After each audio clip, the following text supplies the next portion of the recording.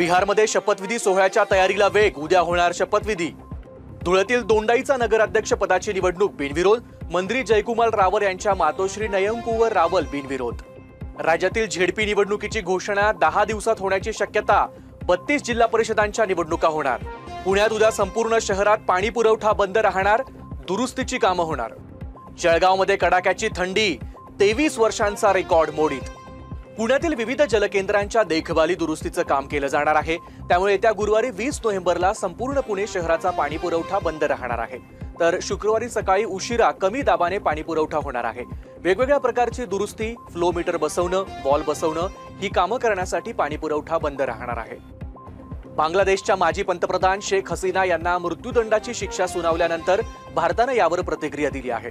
या सर्व घटनाक्रमावर भारतानं सावध भाष्य केलंय। शेजारील देशात शांतता, लोकशाही आणि स्थैर्य लक्षात घेऊन भारत रचनात्मक पद्धतीनं संवाद साधेल अशी प्रतिक्रिया भारतीय परराष्ट्र मंत्रालयानं दिली आहे। या निकालाची दखल भारताने घेतली आहे। शेजारील देश म्हणून भारत बांगलादेशी नागरिकांच्या सर्वोत्तम हितासाठी कटिबद्ध आहे असंही भारतानं म्हटलं आहे। स्थानिक स्वराज्य संस्थांच्या निवडणुका 3 टप्प्यात होणार आहे। पहिल्या टप्प्यात नगरपालिका आणि नगर परिषदेच्या निवडणुका होत आहेत, तर दुसऱ्या टप्प्यात होणाऱ्या जिल्हा परिषदांच्या निवडणुकांची घोषणा येत्या 10 दिवसात होण्याची शक्यता आहे। यात 32 जिल्हा परिषदा आणि 331 पंचायत समित्यांच्या निवडणुका होणार आहेत, तर तिसऱ्या टप्प्यात महानगरपालिकांच्या निवडणुका होतील। अनेक कंपन्यांचे तिमाही निकाल चांगले आल्यामुळे शेअर बाजारात गुंतवणूकदारांनी चांगलीच खरेदी केली। त्यामुळे निर्देशांक वर गेलाय। जागतिक बाजारात काहीसे संमिश्र वातावरण आहे, मात्र भारतीय बाजार सध्या तेजीत बंद होतोय। चांगले निकाल, देशांतर्गत चांगली आर्थिक स्थिती, धोरणात्मक पाठबळ यामुळे बाजार असेच तेजीत राहतील असं तज्ञांचं म्हणणं आहे। पाटणा इथं 20 नोव्हेंबरला बिहारच्या नव्या सरकारचा शपथविधी होणार आहे। पाटणा इथल्या भव्य गांधी मैदानावर हा सोहळा होणार असून त्याच्या तयारीने आता जोर पकडलाय। अनेक कामगार या तयारीसाठी मेहनत घेत असून या ठिकाणी 40,000 लोक बसू शकतील अशा मंडपाची उभारणी केली जाते। या ठिकाणी भव्य कार्पेट टाकलं जाणार असून सुमारे 30,000 खुर्च्यांची व्यवस्था केली आहे। तसंच महत्त्वाच्या पाहुण्यांसाठी 1500 सोफ्यांची देखील व्यवस्था केली जाणार आहे। व्यासपीठाच्या सजावटीसाठी खास बंगळुरूवरून फुले मागवण्यात आल्याचंही सांगण्यात येतंय। काल राज्य मंत्रिमंडळाची बैठक पार पडली। यात महत्त्वाचे 6 निर्णय घेण्यात आलेत। राज्यातील सिडकोसह विविध प्राधिकरणांकडील जमिनी, भूखंडाचा सुयोग्य वापर निश्चित करण्यास प्राधान्य देण्यात आलंय। मुंबई शहर आणि उपनगर क्षेत्रामध्ये नागरिकांसाठी मोठ्या प्रमाणात परवडणारी घरं उपलब्ध होण्यासंदर्भात निर्णय करण्यात आला आहे।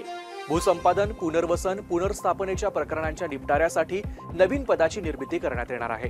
रतन टाटा महाराष्ट्र राज्य कौशल्य विद्यापीठाकरता 339 पदांची निर्मिती, तसंच 232 शिक्षक आणि 107 शिक्षकेतर पदांना मान्यता देण्यात आली। महाराष्ट्र भिक्षा प्रतिबंध कायद्यातील मानहानिकारक शब्द वगळण्यास देखील या बैठकीत मान्यता देण्यात आली। महाराष्ट्र सार्वजनिक विश्वस्त व्यवस्था अधिनियम 1950 मध्ये सुधारणा करण्यासाठीही राज्य मंत्रिमंडळाच्या बैठकीत मान्यता देण्यात आली। गडचिरोली जिल्ह्यातील शेतकरी कुटुंबांच्या जीवनात सकारात्मक बदल घडवून त्यांच्या उत्पन्नात 50% वाढ करण्यासाठी एक महत्त्वाकांक्षी उपक्रम सुरू झालाय। SBI फाउंडेशन आणि पुणे येथील जागतिक स्तरावर मान्यता प्राप्त असलेली संस्था वॉटर या संस्थांनी भागीदारी करत धानोरा तालुक्यातील 19 आदिवासी बहुल गावांसाठी उपजीविका विकास कार्यक्रम हाती घेतलाय। यामुळे या भागातील ग्रामीण अर्थव्यवस्थेला बळ मिळणार आहे।